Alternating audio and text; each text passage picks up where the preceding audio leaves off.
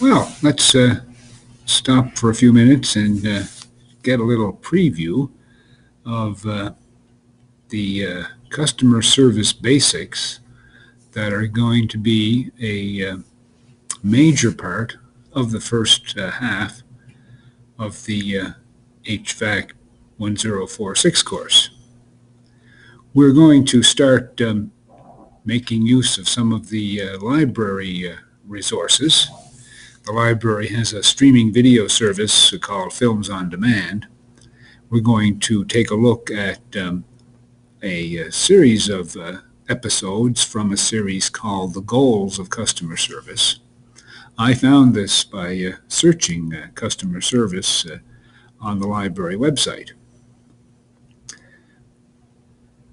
Let's imagine then that we have a panel of people sitting around a table and they're sharing their experiences in customer service.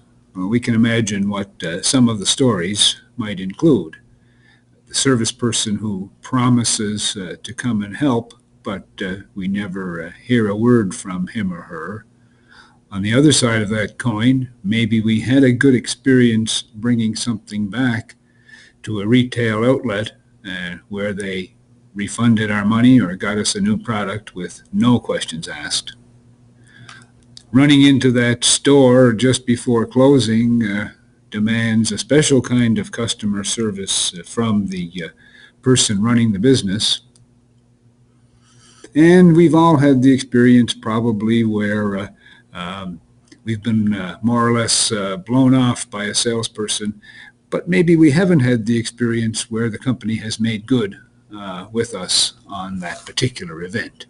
So customer service is something that's part of everybody's life.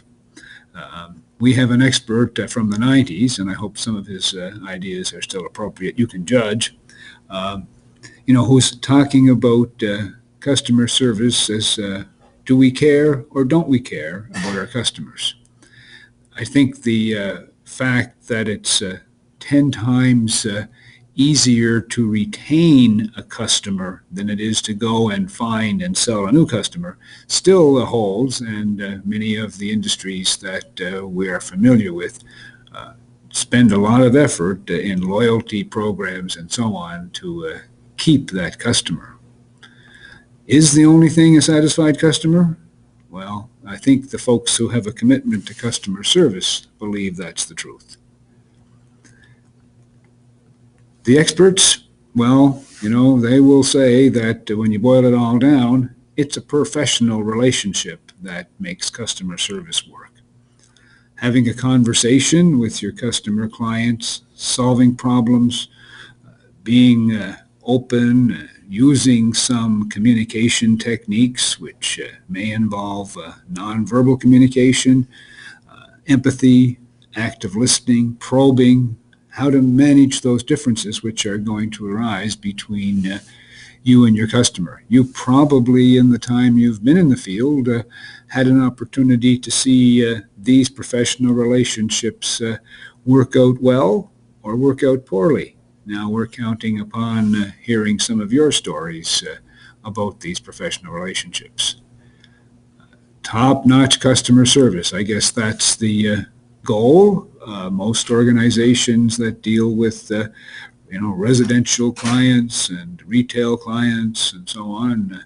So we can know about how to do it. Sometimes in implementing that customer service, it might not be the right day or the right situation or the right time. The video will show a couple of interesting examples that we can probably identify with. I think the second example shows us that a little bit of creative thinking is often the first step to solving those problems.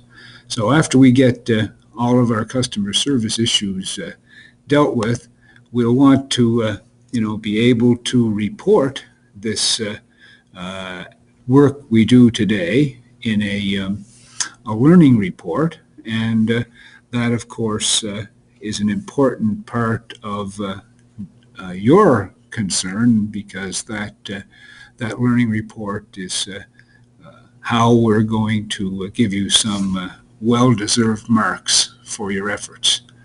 Okay, let's get going.